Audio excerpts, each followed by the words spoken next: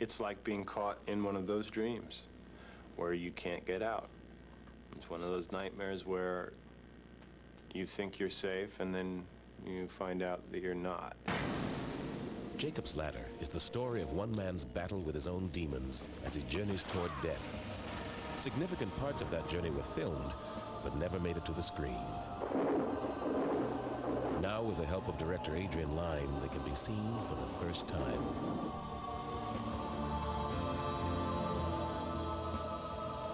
Jacob's Ladder began as a nightmare when writer Bruce Joel Rubin dreamed he was trapped in a New York subway with no way out. The script that evolved from that nightmare became famous as one of the 10 best unproduced screenplays in Hollywood. I had a lot of people who expressed interest in directing the movie, and a lot of them were people who had made low-budget horror films. And I thought, it's not worth it to me to have this film made badly. I would rather it simply stay on the shelf. And then Adrian Lyne's name was mentioned. And in a certain sense, if I was to have a dream director, he would have been it. Adrian has great visual virtuosity. He has an enormous sense of humanity. We were very closely involved together, and I think it was a very fruitful kind of a relationship. It was terrific. You know, sometimes it can be kind of tough with the writer. You know, he had a vision of what devils, demons, or whatever should look like. For example, like a Bosch painting with beaks and mixtures of animals and humans, and in the end, I didn't know how to do that without people laughing. There was a line in the movie that said, and then the wall disappears, and behind it, we see a vision of the void. And I always loved the line. I always loved it in a sense, in terms of the literary feeling of it. And Adrian thought it had a wonderful literary appeal, but he said, Bruce, just tell me one thing. How many carpenters do I need to build the void? And it was like a wonderful lesson for me, because I'm a writer.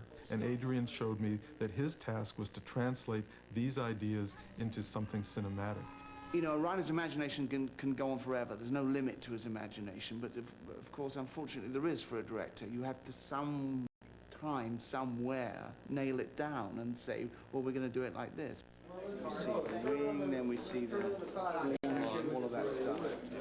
We had enormous dialogue throughout the whole process of making this film, and for almost a year before we started shooting, about what this film was about, what it really was trying to say.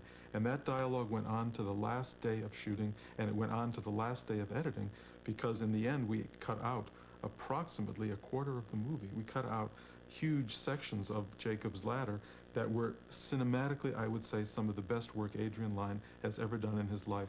All of those scenes were in the first draft cut, which we kind of showed to an audience, and we felt that it just felt like it was overkill, that people were kind of, people came out of the movie catatonic. It was just one step too many. The cuts that were made in the film came near the end as Jacob learns the truth about Vietnam. The scenes that follow take Jacob further into his own hell as he fights to hang on to life. Why are you telling me this now? Because I can get rid of the demons. I can block the ladder. I have an antidote. We can kill them off. Chemically speaking, they'll all disappear. It's chemistry, Jacob. I know, I created it. Please, let me help you.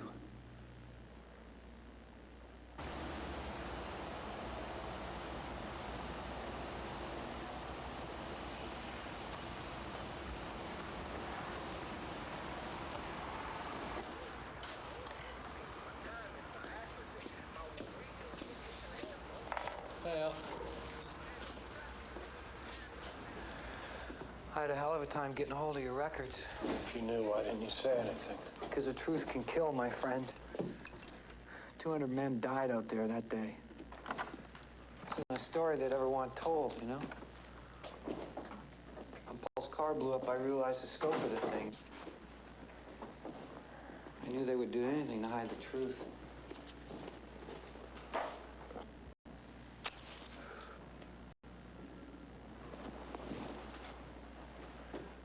I came up with the formula back in Nam.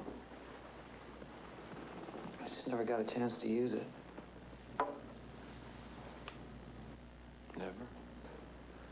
No, I hoped I'd never have to.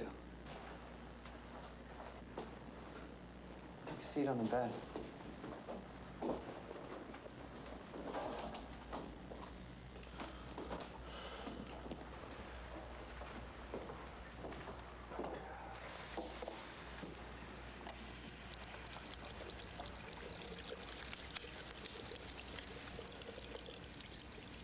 Take your coat off.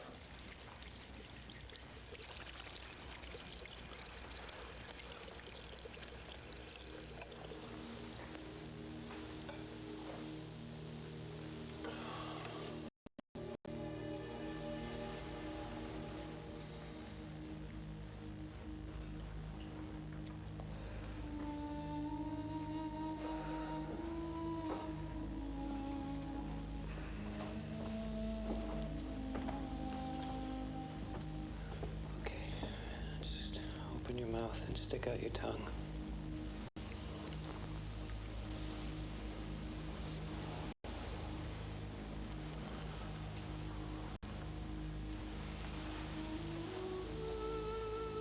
What is it? Don't worry, just take it. It'll free your head. Okay? Come on. I don't know. Yea, though I walk through the valley of the shadow of death, I shall fear no evil. But no one ever said I wouldn't be shitting in my pants every step of the way, huh? Come on. Stick out your tongue.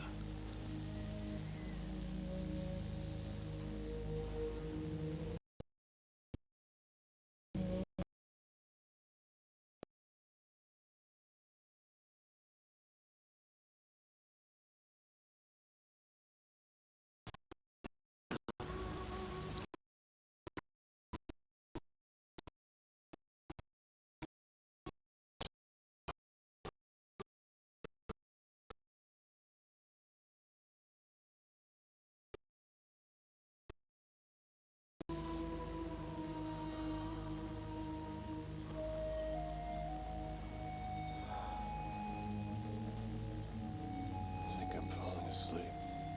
Pleasant dreams.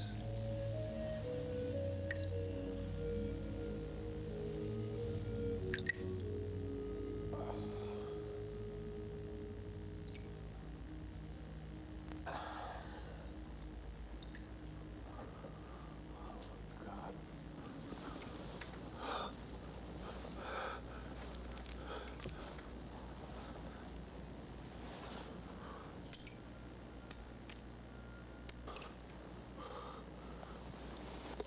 What's happening?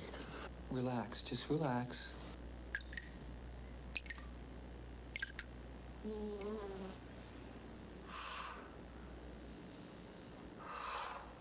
Just relax.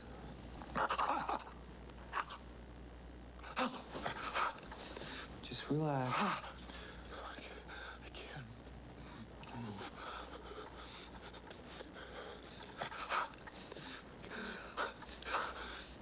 Help me.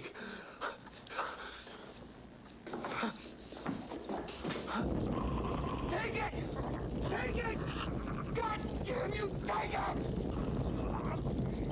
That's it. Okay, listen to me. Now listen to me. It's your own mind. It's your own fears. Listen to me. It's your own mind. Don't fight it.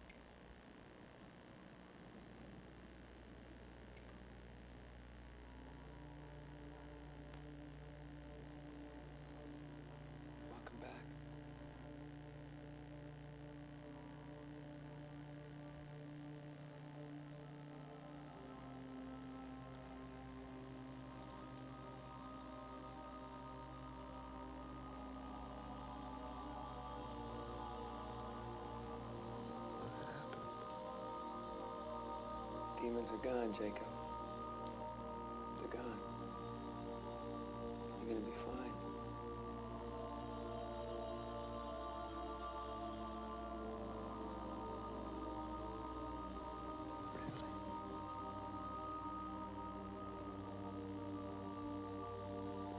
Really? Better living through chemistry. That's my motto.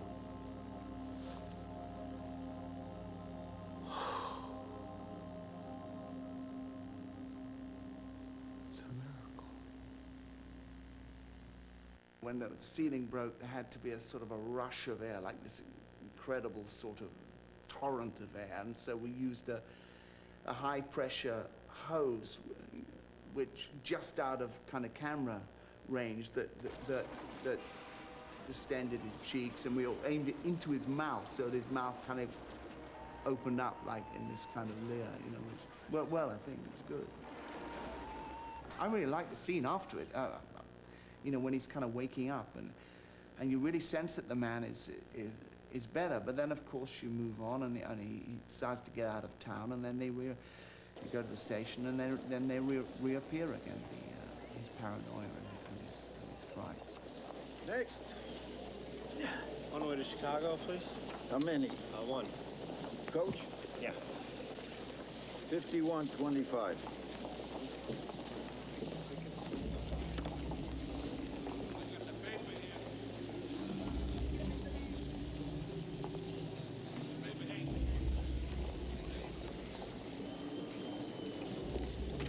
Sign there.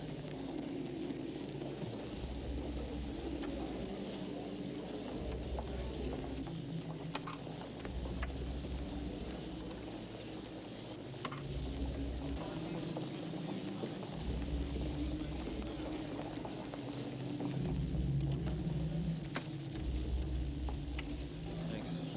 Next.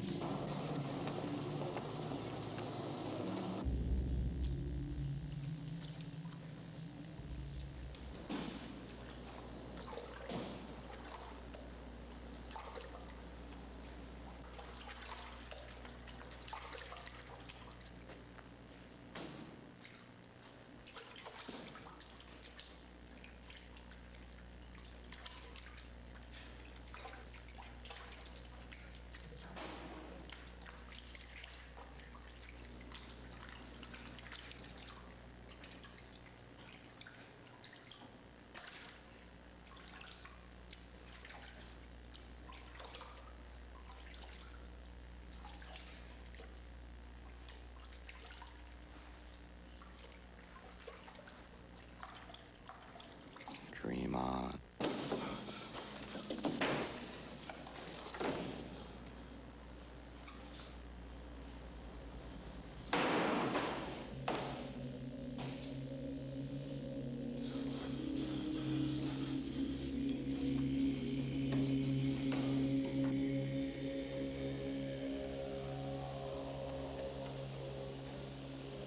Then his voice says, "Dream on," which tells him that the antidote, in fact, didn't work. And he goes home to his house where he lived with his wife and 3 children.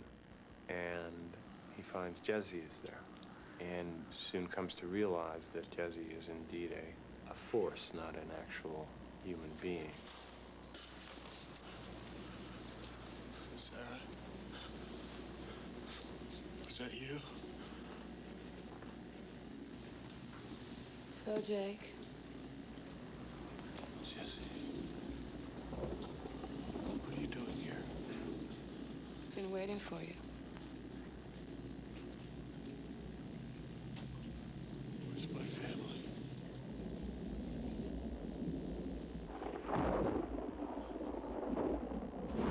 It's over.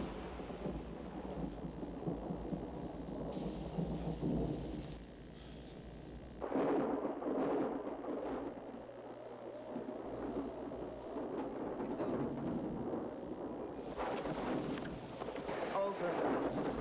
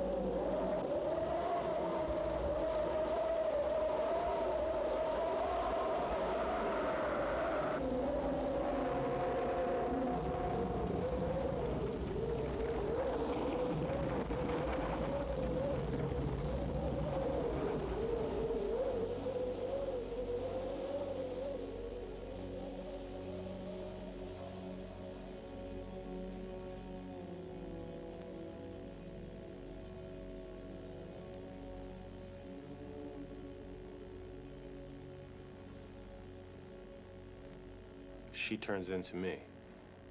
When stripped of her identity and her facial features is actually the death mask, the dead Jacob, the Jacob that isn't with us anymore. There's no clear kind of definement of what is real and what is unreal. You're dealing with 3 time sequences. You're dealing with ostensibly the past, which is Vietnam. You're dealing with also the past memory of his relationship with his wife before Vietnam, and you're also dealing with an imagined relationship after the war, which in fact didn't happen. It was this mixture of the real and the imagined and memory. Then you have to go back and re-examine the whole movie to see that it was telling you exactly where it was going all the way through. It's just we have such denial in ourselves about death. We avoid the idea of death so completely in our lives that we also deny Jacob's dying just the way he is. You have to understand that life really has come to an end, that you understand why it has come to an end, and you can move on. And that you need to make peace with your life in order to leave this world, and that the process of dying is the process of making peace. It's a process of coming to understand who you are, what your life was, and then going on. And that's what Jacob is doing.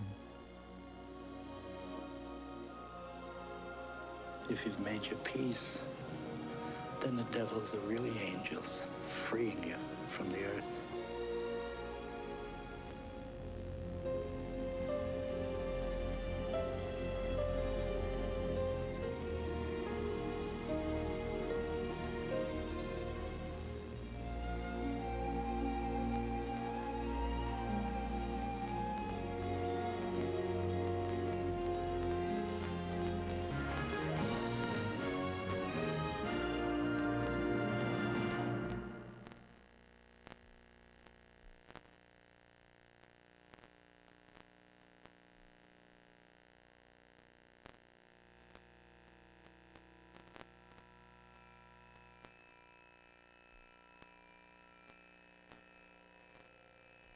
The movie will begin in 5 moments, the mindless voice announced.